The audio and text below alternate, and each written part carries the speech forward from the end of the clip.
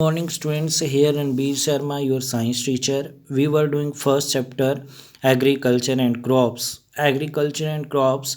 We will discuss about the sowing process yesterday, and in this we will do transplantation. प्रतिरोपण हमने कल पढ़ा था. प्रतिरोपण होता है बेटा जैसे कि पौधे को पहले हम नर्सरी में उगाते हैं. ठीक है, बीज कहाँ पे बोते हैं हम? नर्सरी में. नर्सरी में उनके छोटे छोटे क्या हो जाते हैं? पौधे हो जाते हैं. फिर पौधों को ट्रांसफर किया जाता है किसमें? एक बड़े फील्ड में, एक बड़े खेत में उनको लगाया जाता है. उस प्रोसेस को बोलते हैं ट्रांसप्लांटेशन. हमने कल ये पढ़ा था.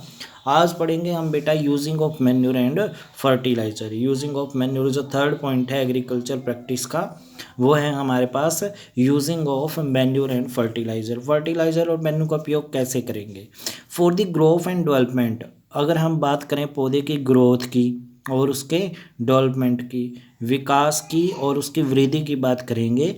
Crops observe various nutrients. कहते हैं भोजन, जो क्रॉप्स हैं, फसलें बहुत तरह के न्यूट्रिएंट्स, पोषक तत्व होते हैं, उनको क्या करती है? ऑब्जर्व करती है. कौन? फसलें.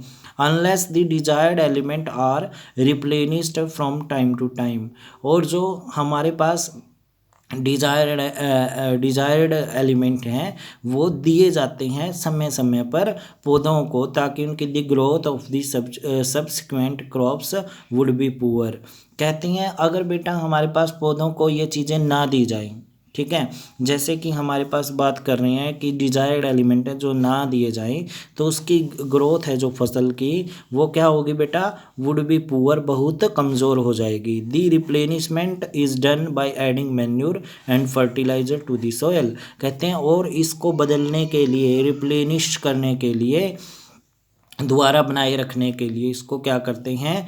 उसमें मैन्यूर और फर्टिलाइज़र ऐड करते हैं. किस में बेटा? मिट्टी में ऐड करेंगे हम मैन्यूर और फर्टिलाइज़र. ठीक है, मैन्यूर क्या होते हैं बेटा? देखेंगे. Manure are organic substance obtain from the decomposition of dead plant and animal wastage. कहते हैं मैन्यूर क्या होते हैं बेटा? वो ऑर्गेनिक सब्सटेंस होते हैं, वो जीवित पदार्थ होते हैं, जीव के पदार्थ होते हैं, अवशेष होते हैं. ऑब्टेन फ्रॉम द, जो मिलते हैं, डिकम्पोजिशन ऑफ डेड प्लांट. किसके टूटने से?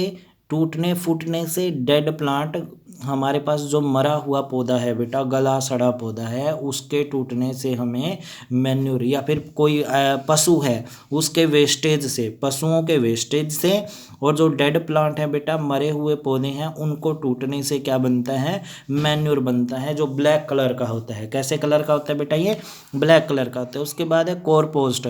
कोरपोस्ट बेटा क्या होती है? खुद जब तैयार करते हैं ना खाद, ठीक है, खुद क्या करते हैं? तैयार करते हैं.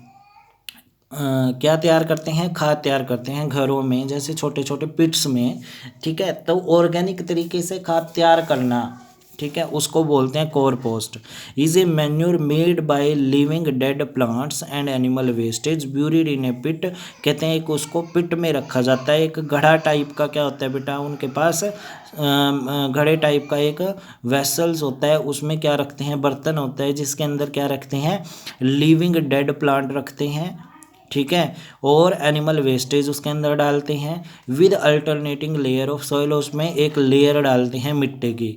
Farmer in our country generally use manure. कहते हैं हमारे देश के जो किसान हैं कोरपोस्ट यूज़ करते हैं, मैन्यूर नहीं, कोरपोस्ट यूज़ करते हैं.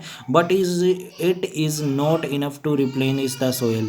कहते हैं ये मिट्टी के बदलाव के लिए काफ़ी नहीं है. अगर बेटा हम मैन्यूर डालेंगे तो मैन्यूर वो क्या है? जो कोरपोस्ट होता है अच्छी तरह का मैन्यूर नहीं होता. जो मैन्यूर होता है बेटा ये ऑर्गेनिक तरीके से तैयार किया होता है, ये अच्छा होता है, पर ये थोड़ा लो क्वालिटी का होता है. लो क्वालिटी का यूज़ करते हैं हमारे फार्मर. तो ये तो इतना हमारे लिए क्या है बेटा? अगर हम ये यूज़ कर रहे हैं तो हमारी मिट्टी को पूरा पोषण इससे थोड़ी मिल पाएगा. इससे नहीं मिल पाएगा तो किससे मिलेगा बेटा? ध्यान देंगे. विद ऑल न्यूट्रिएंट्स, जिसमें सभी तरह के न्यूट्रिएंट्स नहीं होते. It lack inorganic nutrients such as, इसमें बेटा कम इनऑर्गेनिक न्यूट्रिएंट्स होते हैं. इनऑर्गेनिक मतलब जो जीवित नहीं है. Such as nitrogen, phosphorus, potassium, ये इनऑर्गेनिक सब्सटेंस हैं. क्या है ये? इनऑर्गेनिक हैं. NPK, NP कैसे याद रखोगे, नाइट्रोजन फॉस्फोरस को P से, पोटेशियम को K से लिखा जाता है। नाइट्रोजन फॉस्फोरस पोटेशियम ज़्यादा मात्रा में नहीं होते, कम मात्रा में होते हैं। Therefore man made chemical fertilizer are added, कहते हैं इसीलिए फर्टिलाइजर यूज़ करते हैं बेटा। क्या यूज़ करते हैं, केमिकल खाद यूज़ करते हैं, रासायनिक खाद यूज़ करते हैं। केमिकल फर्टिलाइजर मतलब रासायनिक खाद यूज़ की जाती है, क्योंकि हमें बेटा जो कोर पोस्ट है उससे सब तरह के न्यूट्रिएंट्स नहीं मिलते, पर जो केमिकल फर्टिलाइजर है उसमें बहुत ज़्यादा मात्रा में क्या होते हैं, नाइट्रोजन फॉस्फोरस और पोटेशियम होते हैं। ठीक है, आज के लिए बेटा हम इतना ही करेंगे, फर्टिलाइजर हम कल करेंगे। Okay dear students, have a nice day.